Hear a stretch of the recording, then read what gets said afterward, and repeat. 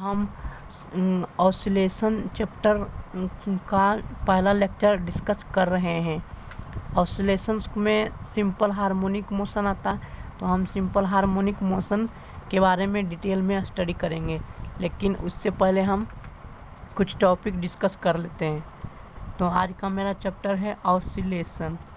ये 11 क्लास का चैप्टर है ऑसिलेशंस।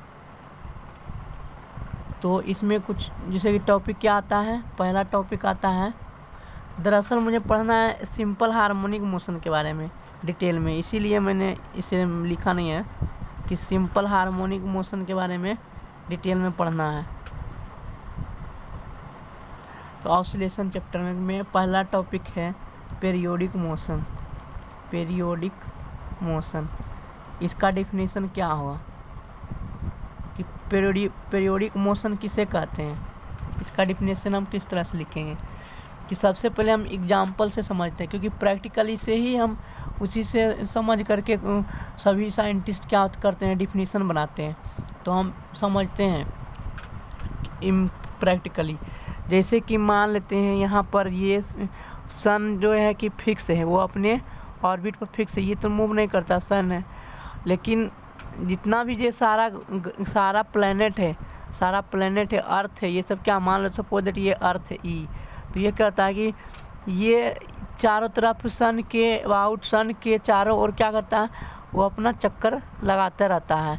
तो एक निश्चित समय के बाद, मतलब 5 साल 10 साल या 1 साल जितना भी टाइम होता है, उतना के बाद क्या करता है, अपने पाथ को फिर से रिपीट करता है। माने कि मान लो कि अगर जो 1 साल में कंप्लीट कर लेता है, यहाँ से इससे यहाँ तक आने में अर्थ को 1 साल लग गया, तो 1 साल में कंप्लीट हो गया।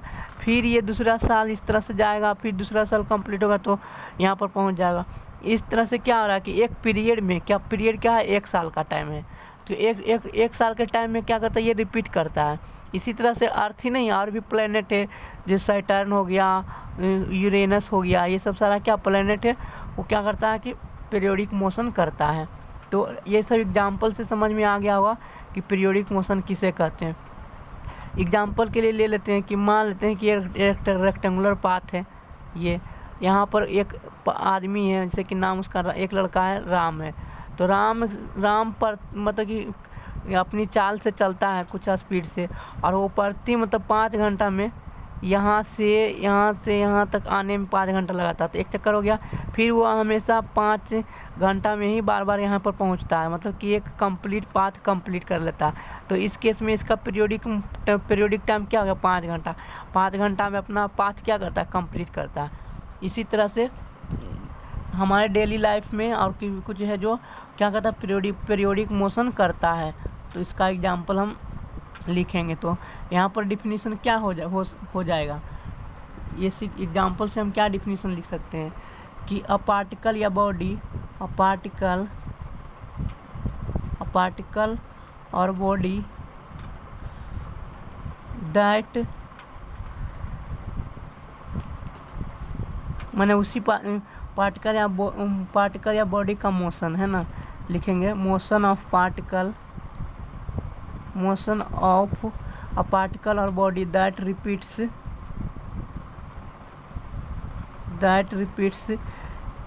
It's motion. पार्टिकल और body that repeats its motion after a regular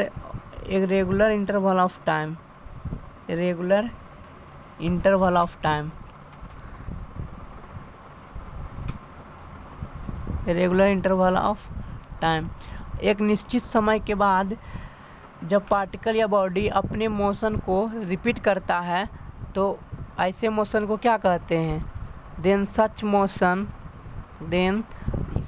या that motion is called periodic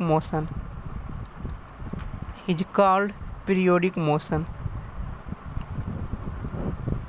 वैसे मोशन को क्या कहते हैं, पीरियोडिक मोशन कहते हैं। एग्जाम्पल में लिख देते हैं, जैसे कि मोशन ऑफ मून, चंद्रमा क्या करता है, पृथ्वी के चारों ओर घूमता है। Motion of moon about earth, about the earth, ये एग्जाम्पल हो गया। दूसरा example motion of planet, motion of planet, planet, motion of planet about sun, about the sun, ये पीरियोडिक मोशन का एग्जाम्पल हो गया। अब हम ऑसिलेशन, ऑसिलेटरी मोशन के बारे में का डेफिनेशन लिखते हैं। दूसरा टॉपिक क्या है? Oscillatory motion, oscillatory, oscillatory motion.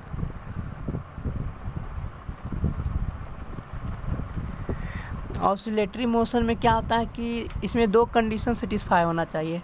पहला तो कि एक रेगुलर इंटरवल टाइम में अपना पाथ रिपीट करना चाहिए, और दूसरा है क्या कि एक फिक्स पॉइंट के अबाउट आगे पीछे एक रेगुलर इंटरवल ऑफ टाइम में क्या होना चाहिए? रिपीट होना चाहिए रेगुलर इंटरवल ऑफ टाइम में। मतलब अगर जो 5 सेकेंड में यहाँ से आता है, फिर इधर आता है, फिर आता है यहीं पर पहुँच जाता है, फिर 5 सेकेंड में आता है जाता है, मतलब कि उतना ही सेकेंड में अपना कंप्लीट एक चक्कर इधर से करके इधर आगे पीछे करके वहीं पर पहुँच जाता है। तो ऐसे को क्या करेंगे? Oscillatory motion. जैसे कि डेली लाइफ में एग्जांपल क्या देखते हैं कि एक जो ये होता है घड़ी का ये बॉब, वो क्या होता है एक निश्चित टाइम में यहाँ इस पॉइंट के अबाउट वो पॉइंट के अबाउट इसका जो ये बॉब बड़ा वाला बॉब होता है वो यहाँ से यहाँ तक जाता है, फिर इधर भी उतना जाता है, फिर यहीं पर आ जाता है। तो एक निश्चित टाइम में निश्चित टाइम में इस मीन पोजीशन के अबाउट क्या होता है? आगे पीछे होता रहता है ना। तो इसमें दो कंडीशन है कि एक आगे पीछे होना चाहिए और एक निश्चित टाइम में अपना मोशन कंप्लीट भी करना चाहिए। तो इसमें दो कंडीशन है। तो हम लिखेंगे क्या? द मोशन ऑफ पार्टिकल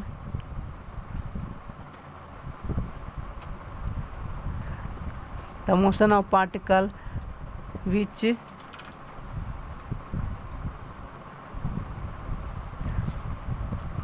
इसमें लिखेंगे पार्टिकल या बॉडी का मोशन होता है ना, in which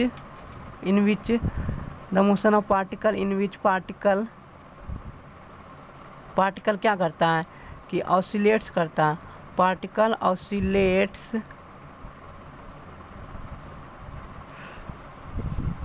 to and fro, मतलब आगे एंड पीछे, टू एंड फ्रो आगे और पीछे अबाउट ए फिक्स्ड पॉइंट। यहाँ पर मैंने फिक्स्ड पॉइंट बताया था ना, ये फिक्स्ड पॉइंट है, ये पॉइंट फिक्स्ड पॉइंट है। इस तरह से इसमें क्या फिक्स्ड पॉइंट है ना, about a fixed point. Fixed point को कहते हैं, लिखते हैं उसके बाद में लिखेंगे, लेकिन अभी हम फिक्स्ड पॉइंट ही मानते हैं। ठीक। The motion in which particle oscillates to and fro about a fixed point after a regular interval of time, after a regular interval of time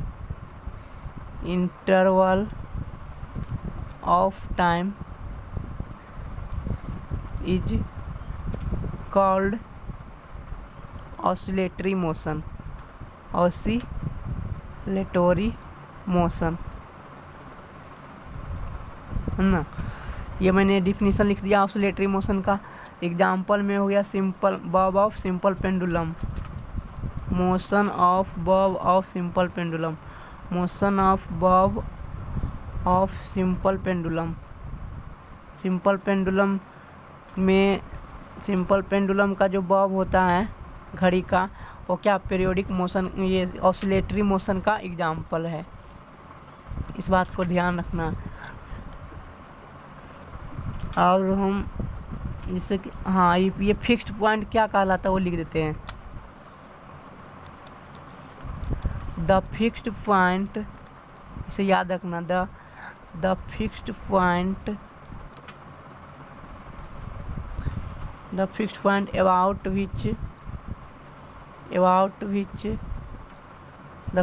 about which particle oscillates to and fro is called mean position या equilibrium position.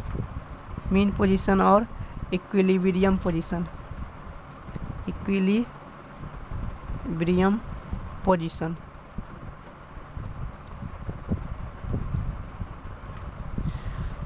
अब हम आगे कुछ point लिखते हैं और अभी और टॉपिक है जो है उसका डेफिनेशन लिखते हैं। जैसा कि मैंने देखा था कि ऑसिलेटरी मोशन को के लिए दो कंडीशन चाहिए था और पीरियोडिक मोशन के लिए एक ही कंडीशन चाहिए था। तो ये तो हम यहाँ पर लिख सकते हैं नोट में, बहुत इम्पोर्टेंट फैक्ट हो सकता है कि ऑल ऑसिलेटरी मोशन और oscillatory motion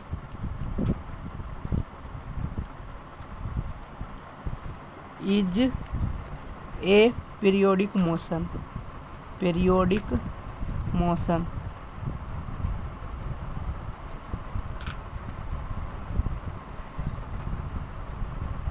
but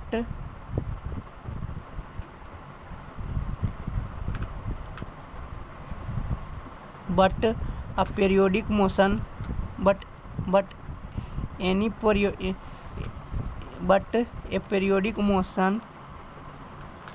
a periodic motion is not an oscillatory motion। Oscillatory motion, क्योंकि ऑसिलेटरी मोशन जो है वो पीरियोडिक मोशन का कंडीशन फुलफिल कर देता है। पीरियोडिक मोशन को तो सिर्फ एक ही चाहिए कि रेगुलर टाइम इंटरवल में क्या करना है कि पाथ को रिपीट करना है। तो ऑसिलेटरी मोशन तो वो कंप्लीट कर ही देता है हर हाल में, लेकिन पीरियोडिक मोशन दोनों कंडीशन को कहाँ से फुलफिल करेगा, क्योंकि ऑसिलेटरी मोशन में दो कंडीशन होता है, एक फिक्स्ड पॉइंट के बाद टू एंड फ्रो भी होना चाहिए और रेगुलर इंटरवल में भी होना चाहिए। लेकिन पीरियोडिक मोशन तो एक ही चीज़ फुलफिल करेगा कि एक रेगुलर टाइम इंटरवल में पाथ को रिपीट करेगा। लेकिन हम ऑसिलेटरी होने के लिए दो चीज़ चाहिए ना, कि एक फिक्स्ड पॉइंट के अबाउट रेगुलर टाइम इंटरवल में आगे पीछे होना चाहिए, ऑसिलेटरी होना चाहिए। तो इसीलिए कहा गया कि सारा की मतलब कि एक पीरियोडिक मोशन ऑसिलेटरी मोशन नहीं हो सकता, लेकिन सारा पीरियोडिक मोशन क्या ऑसिलेटरी मोशन हो जाएगा। इस फैक्ट को याद रखेंगे, ठीक। अब हम देखते हैं कुछ टॉपिक, जैसे कि एक्सट्रीम पोजीशन के बारे में समझते हैं। एक्सट्रीम पोजीशन,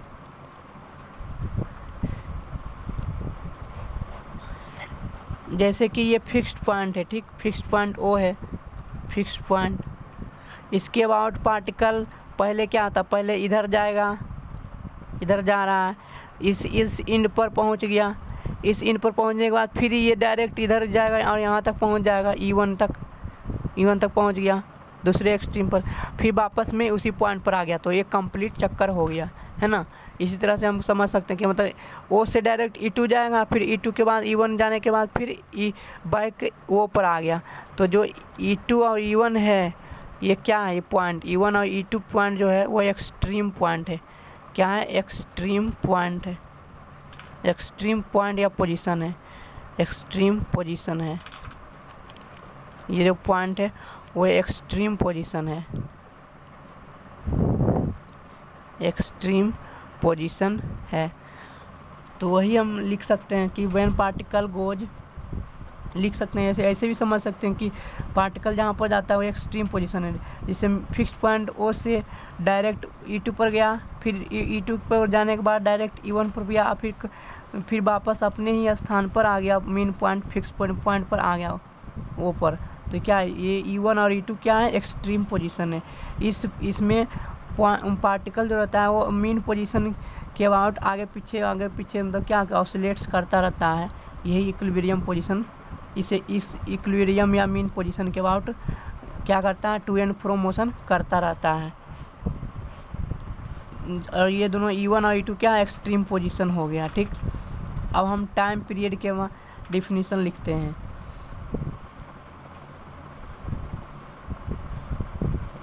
टाइम पीरियड को कैपिटल T से डिनोट करते हैं और इसका SI यूनिट सेकेंड में सेकेंड होता है, लेकिन टाइम पीरियड तो वर्ष में भी निकाल सकते हैं, मंथ में भी निकाल सकते हैं, डे में भी निकाल सकते हैं। तो द टाइम टेकन बाय लिख सकते हैं, the time taken by particle, time taken by particle, time taken by particle having oscillatory motion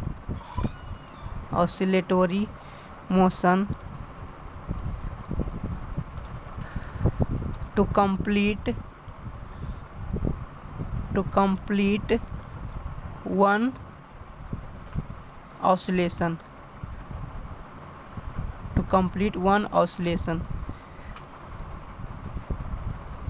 मतलब कह रहा है कि जो ऑसिलेटरी करने वाले मोशन पार्टिकल हैं वो कितना समय में एक कंप्लीट क्या करते हैं, कंप्लीट ऑसिलेशन कंप्लीट करते हैं। तो वही समय क्या कहलाता है, वो समय क्या कहलाता है, टाइम पीरियड कहलाता है। Oscillation is called time period, वो टाइम क्या कहलाता है, time period of particle time period of particle having oscillatory motion.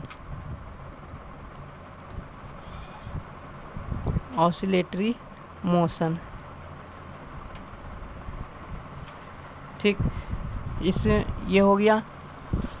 अब हम फ्रीक्वेंसी का डेफिनेशन लिखते हैं।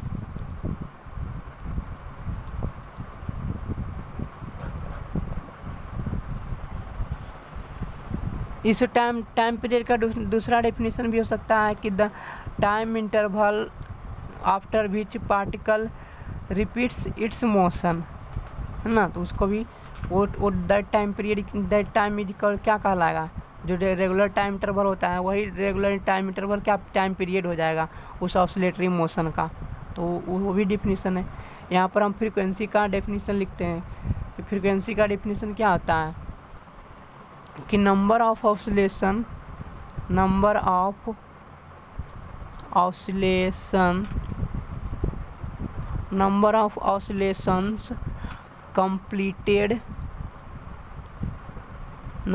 oscillations completed by oscillatory particle, जो ऑसिलेटरी मोशन करता है, ऑसिलेटरी पार्टिकल।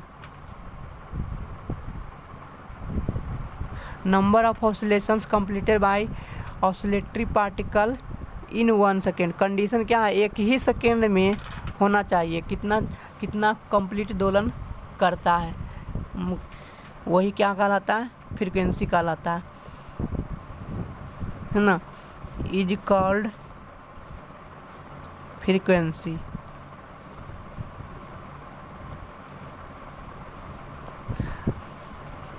फ्रीक्वेंसी को F से डिनोट करते हैं। It is denoted by, F से डिनोट करते हैं या तो न्यू से डिनोट करते हैं। न्यू भी रहता है फ्रीक्वेंसी का ही नोटेशन। और इसका SI यूनिट क्या है, इट्स SI यूनिट जो है पर सेकेंड है। पर सेकेंड कितना ऑसिलेशन पर सेकेंड होता है, या तो एक वैज्ञानिक के नाम, साइंटिस्ट के नाम पर हर्ट्ज भी है। हर्ट्ज भी क्या है, HZ लिखते हैं। हर्ट्ज भी फ्रीक्वेंसी का SI यूनिट ही है। तो अब हम टाइम पीरियड और फ्रीक्वेंसी के बीच रिलेशन इस्टेब्लिश करते हैं, उससे एक फार्मूला बनेगा। यहाँ पर हम डिस्कस करते हैं relation between time period and frequency.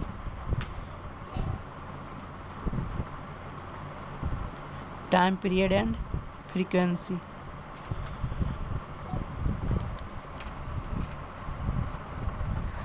तो हम डिफिनीशन लिखते हैं फ्रीक्वेंसी का पहले। By definition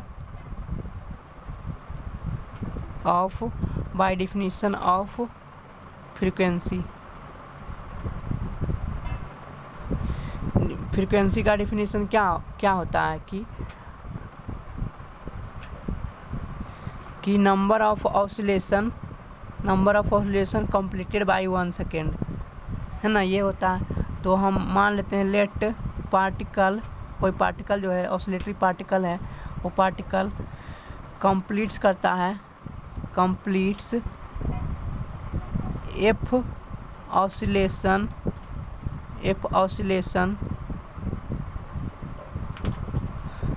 oscillation in 1 second.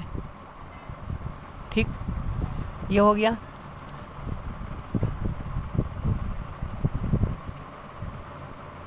मतलब क्या कि 1 सेकेंड में in 1 second in 1 second number of oscillation क्या है, number of oscillation equals to F. ठीक, इक्वेशन नंबर 1। और दूसरा हम by definition of time period, by definition of time period.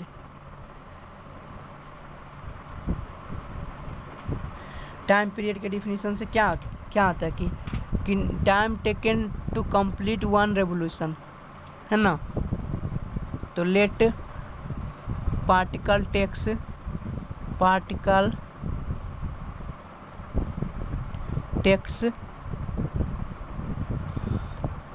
t second to complete 1 oscillation.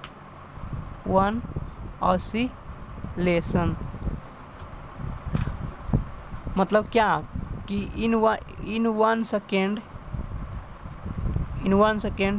Oscillation number of oscillation in 1 second number of oscillation कितना, मतलब कि क्या कह रहा है कि इन टी सेकेंड में कि in T second number of oscillation कितना होता है, नंबर ऑफ ऑसिलेशन कितना है, तो 1 है। नंबर ऑफ ऑसिलेशन कितना कंप्लीट हो रहा है, तो 1। तो 1 सेकेंड में कितना, टी सेकेंड में एक ऑसिलेशन कर रहा है ना, इसलिए 1 सेकेंड में क्या होगा, इसलिए 1 सेकेंड में क्या होगा, नंबर ऑफ ऑसिलेशन कितना हो जाएगा, 1/t हो जाएगा। Equation number 2। टी सेकेंड में नंबर ऑफ ऑसिलेशन 1 है, तो 1 सेकेंड में नंबर ऑफ ऑसिलेशन क्या हो, कम ही होगा, तो 1/t हो गया। तो इक्वेशन नंबर 1 और 2 से क्या है, ये भी 1 सेकेंड में नंबर ऑफ ऑसिलेशन है और ये भी 1 सेकेंड में नंबर ऑफ ऑसिलेशन है। तो 1 सेकेंड में नंबर ऑफ ऑसिलेशन पहला इक्वेशन में भी है, दूसरा इक्वेशन में है। तो हम दाएं तरफ क्या करेंगे, बराबर करेंगे, क्योंकि बाएं तरफ बराबर है, 1 सेकेंड ही है, तो दाएं तरफ क्या करेंगे, बराबर कर देंगे। तो रिलेशन क्या निकल गया फ्रॉम इक्वेशन 1 एंड इक्वेशन 2 से कि एफ बराबर, इक्वेशन 1 में क्या दिया, एफ बराबर 1/t, है ना, एफ बराबर 1/t। ये रिलेशन मेरा निकल गया है। तो इसे हम ऐसे भी लिख सकते हैं कि t बराबर 1/f, ये भी है। मतलब कि मेन रूप से यही है कि टाइम और फ्रीक्वेंसी एक दूसरे का क्या, इन्वर्सली प्रोपोर्शनल है। अगर फ्रीक्वेंसी बढ़ेगा, नंबर ऑफ ऑसिलेशन बढ़ेगा, तो ऑब्वियस सी बात है कि ज़्यादा समय लग रहा है, काम ज़्यादा हो रहा है, ज़्यादा समय लगेगा, तो मतलब तो फ्रीक्वेंसी जब बढ़ेगा तो टाइम घट जाएगा, फ्रीक्वेंसी बढ़ेगा तो टाइम घट जाएगा, टाइम पीरियड। मतलब कि जल्दी करना पड़ेगा, कम एक ऑसिलेशन जल्दी करना पड़ेगा, तब ना ढेर सारा ऑसिलेशन हमको कंप्लीट करना रहता है, तो जल्दी कंप्लीट करेंगे। तो ये हो गया टाइम पीरियड और फ्रीक्वेंसी के बीच रिलेशन। यहाँ से ये भी देख सकते हैं कि product of time period and frequency is equal to 1। तो लिख सकते हैं product of time period and frequency is 1 is equal to 1। ये हो गया। अब हम एक टाइम पीरियड फ्रीक्वेंसी से रिलेटेड एक क्वेश्चन लेते हैं और उसे हम सॉल्व करते हैं अगले पेपर पर। यहाँ पर हम एक क्वेश्चन लेते हैं कि एक ह्यूमन बीइंग से a human has heart beats 80 in 60 second. 60 second में 80 बार धड़कता है ना एक ह्यूमन बीइंग्स, ऐसा दिया गया है। तो find time period and frequency, ये निकालना है। तो हम फार्मूला से निकाल देंगे कि कितना बार फ्रीक्वेंसी कितना है 80 बार, तो एफ इक्वल्स टू कितना है 80, मतलब कि नंबर ऑफ ऑसिलेशन। और कितना टाइम लेता है, टाइम जो है टी है 60 सेकेंड। तो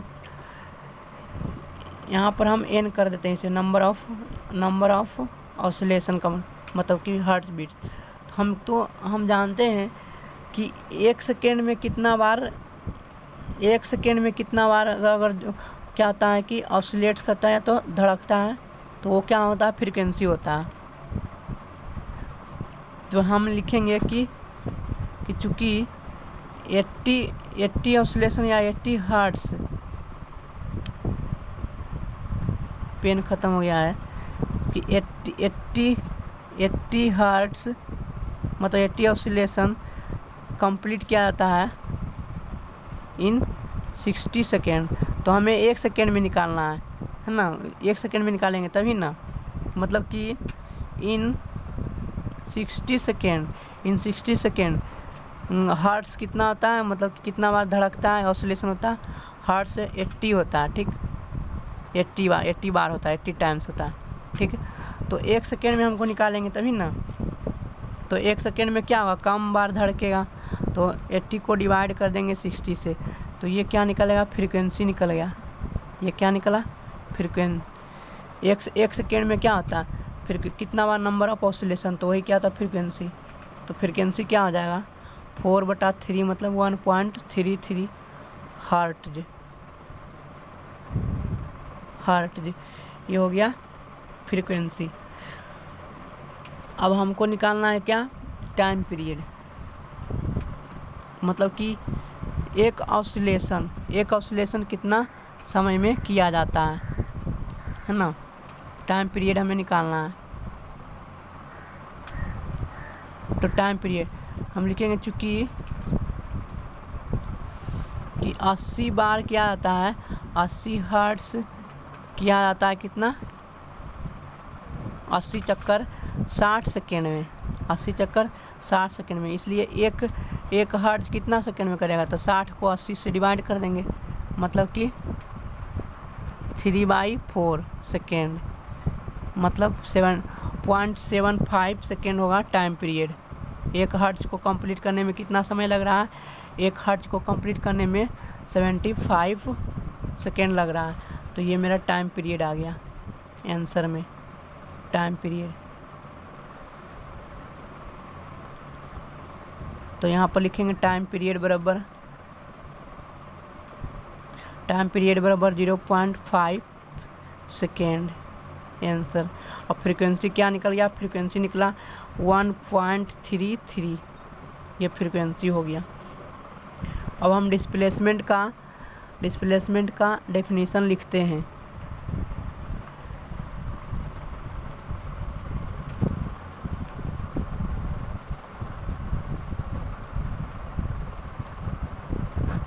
ये डिस्प्लेसमेंट का यहाँ पर डेफिनेशन लिख देते हैं। Displacement of particle having oscillatory motion, जैसे कि ये मीन पॉइंट या फिक्स्ड पॉइंट है, ओ मीन पॉइंट या फिक्स्ड पॉइंट है। फिक्स्ड पॉइंट मतलब कि मीन पोजीशन या इक्विलिब्रियम पोजीशन है, और ये मेरा क्या है एक्सट्रीम पोजीशन है, या इसका नाम देते हैं ए और इसका -a नाम दे देते हैं, ठीक। ये सब सारा क्या है एक्सट्रीम पोजीशन है। एक्सट्रीम पोजीशन, ये भी क्या है, एक्सट्रीम पोजीशन है।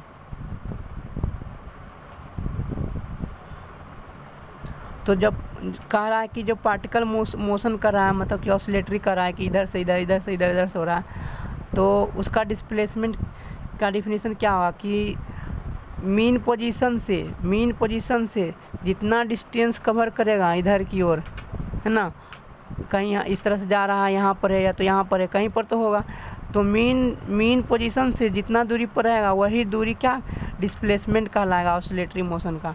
तो लिखेंगे यहाँ पर डिफिनीशन, डिस्टेंस ट्रेवल्ड